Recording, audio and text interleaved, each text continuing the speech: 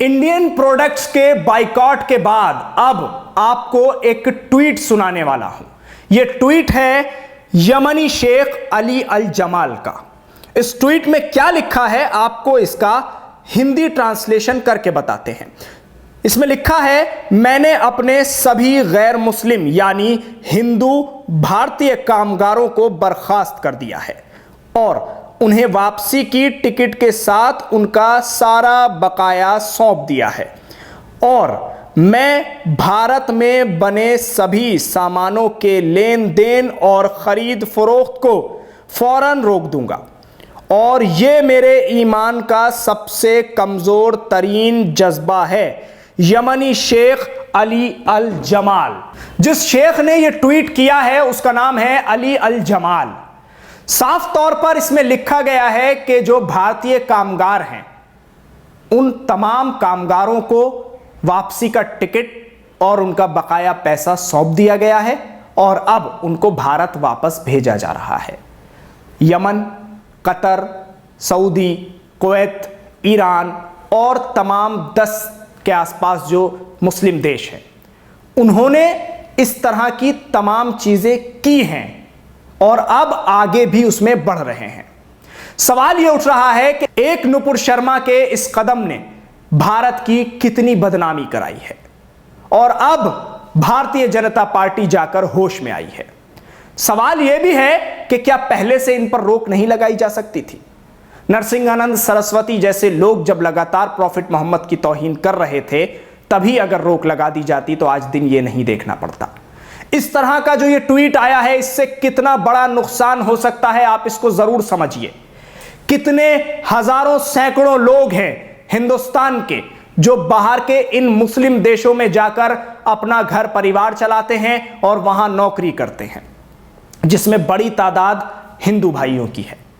आज ना उनकी कोई खता है ना उनका कोई कसूर है, लेकिन सिर्फ और सिर्फ इन नफरती चिंटुओं के बयानों की वजह से जो अपने घरों में बैठकर वीडियोस बनवाते हैं, मुसलमानों के खिलाफ बयान देते हैं और समझते हैं कि कुछ होगा ही नहीं, टीवी चैनल पर जाते हैं और एंकर के साथ मिलकर 2 बैठे हुए दाढ़ी टोपी वाले मुसलमानों को घेर लेते हैं और वहां अपनी नफरत के गोले बरसाते हैं, समझते हैं कि कुछ होगा ही नहीं।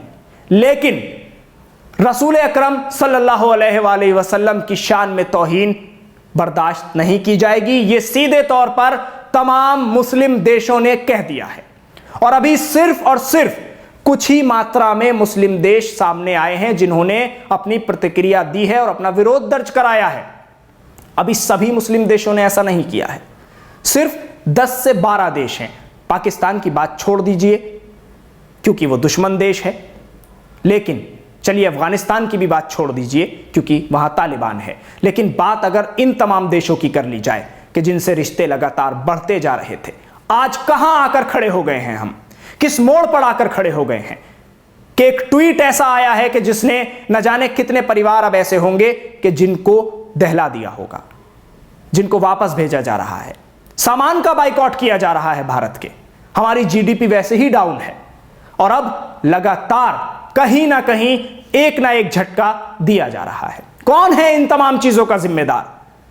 क्या खुलकर आप बोल नहीं सकते कि वो नफरती चिंटू इन तमाम हालात के जिम्मेदार हैं कि जो 5-5 हजार रुपए के लिए टीवी चैनल्स पर बैठकर अपनी नफरत के जो गोले हैं वो बरसाते हैं और मुसलमानों के खिलाफ बोलकर अपनी रोटियां चमकाते हैं?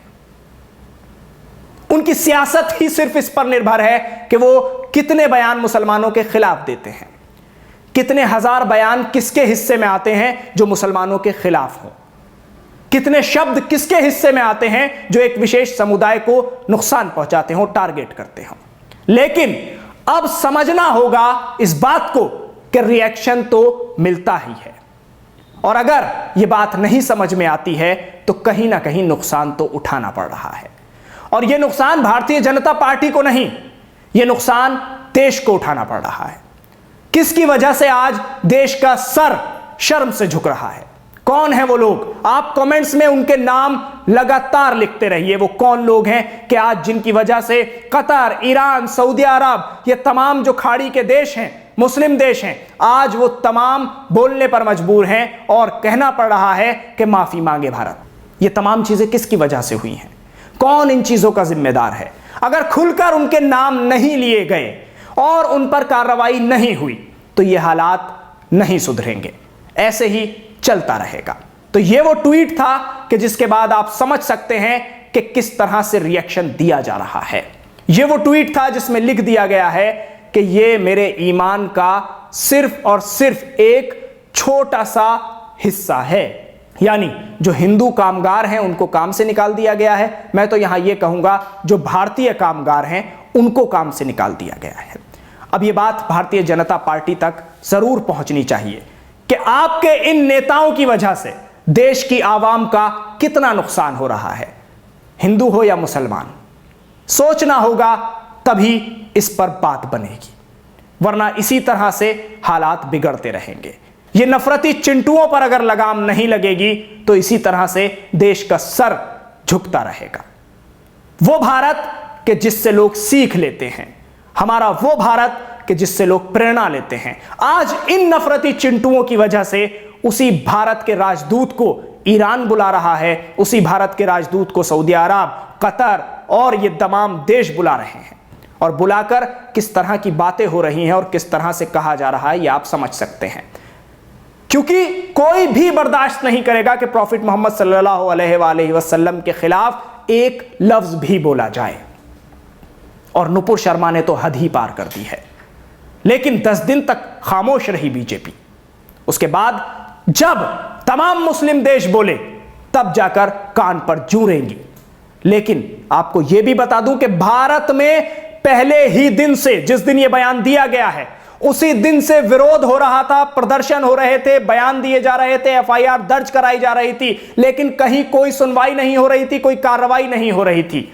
मगर जब यह वाली चीज सामने आई कि प्रोडक्ट का बाइकॉट होना शुरू हुआ, बड़े बड़े सुपर स्टोर्स में से प्रोडक्ट निकालकर बाहर फेंक दिए गए, प्रधानमंत्री नरेंद्र मोदी की तस्वीरें लगाई गईं और उन पर किस तरह से जूते लगाए गए, उसके बाद ये हालात बने, भारतीय जनता पार्टी एक्शन में आई।